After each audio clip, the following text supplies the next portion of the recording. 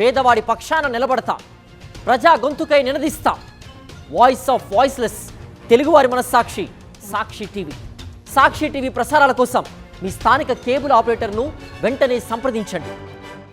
ఆ దంపతులిద్దరూ జనసేన పార్టీ శ్రీకాళహస్తి నియోజకవర్గ బాధ్యతలు చూస్తున్నారు. వారిద్దరూ ఓ మర్డర్ కేసులో అడ్డంగా ఇరుక్కొని ఊచలెక్కిస్తున్నారు. ఏకంగా తమ వద్ద పనిచేసే డ్రైవర్నే అత్యంత కిరాతకంగా హత్య చేశారు. ఇంతకీ ఆ హత్య ఎందుకు చేశారు? ఆంధ్ర, తమిళనాడులో సంచలనంగా మారిన డ్రైవర్ మర్డర్ కేసులో మిస్టరీ ఏంటి? Watch the story.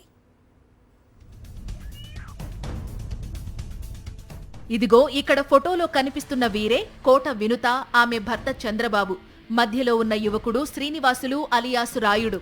కోట వినుత కారు డ్రైవర్గా పనిచేసేవాడు శ్రీనివాసులు.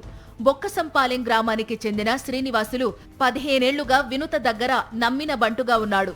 డ్రైవర్గానే కాదు, ఆమెకు వ్యక్తిగత సహాయకుడిగానూ పనిచేశాడు. అయితే ఏం జరిగిందో తెలియదు కానీ జూన్ 21న వినుత ఓ బహిరంగ ప్రకటన చేశారు. శ్రీనివాసులు చేసిన ద్రోహానికి విధుల నుంచి తొలగిస్తున్నట్లు ఇటు పేపర్లో అటు సోషల్ మీడియాలో ఆమె పోస్టు చేశారు. ఇక మీదట శ్రీనివాసులకి తమకు ఎలాంటి సంబంధం లేదని ప్రకటనలో తెలిపారు కోట వినుత.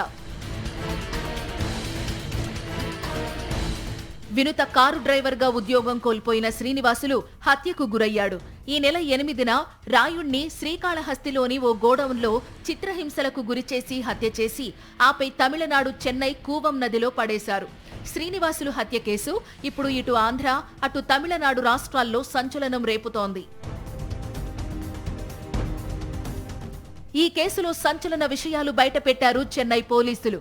వినుతతో శ్రీనివాసులు సన్నిహితంగా మెలగడమే హత్యకు కారణమంటున్నారు చెన్నై పోలీసులు. డ్రైవర్తో భార్య సన్నిహిత సంబంధాలు పెట్టుకోవడం భరించలేక భర్త కోట చంద్రబాబు హత్య చేయించినట్లు అనుమానాలు వ్యక్తమవుతున్నాయి. పథకంలో భాగంగానే ముందుగా శ్రీనివాసులను కిడ్నాప్ చేయించాడు వినుత భర్త కోట చంద్రబాబు.